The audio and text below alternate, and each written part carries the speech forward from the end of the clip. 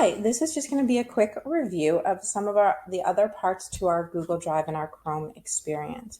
And so I would like to point out, we've already talked about the bookmarks bar. We've mentioned that at the end of the bookmarks, or on top of the bookmarks bar, there is what's called the Omnibox. That's how we search the internet, sometimes called the search bar.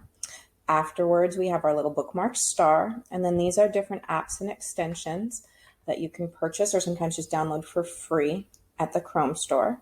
And so we're going to look down here a little bit, and we have the words mail, images, we have this grid, we have a little bell, and we have a profile icon. So we're going to talk about each of those, and I'll start with the profile icon. And mine is personalized. Yours might just be a circle with a letter, usually your first name or your last name inside. When you hover over it, it lets you know which Google account you're signed into. And this is important, especially if you share a computer with someone. You always want to make sure that you're in your account. That's why people like to personalize their profile, so it's just a little bit easier. Next to it, we have the notifications from Google. And right now there are 0. That's because I'm pretty good at checking my notifications. Google's always changing things, and sometimes they send you like a little notification like, we changed the color of this. And so that's what you would want to look at. The grid, or some people call it the waffle because it looks like a waffle. This is your app's launch pad. And when you click on it, and you should try this on your own, you will see all the different Google applications or things you can access from your Google Drive.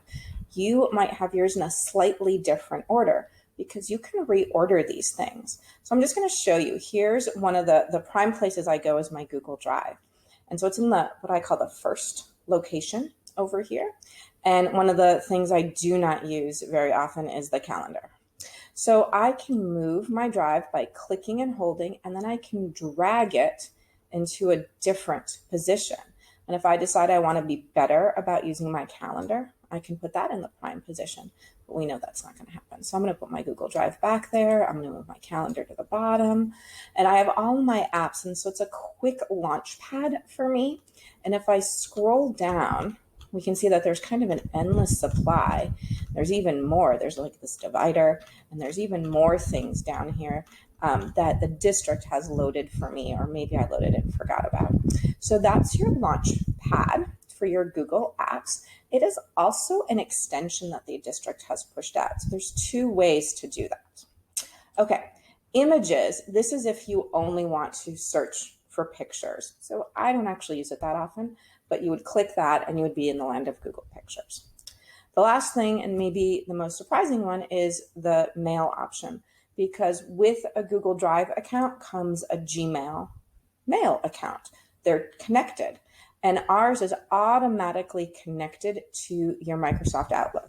The reason that I only have a couple emails is that anything that goes to me and my Google email or Gmail is automatically redirected to my Microsoft Outlook, and it doesn't stay here. That would be kind of redundant.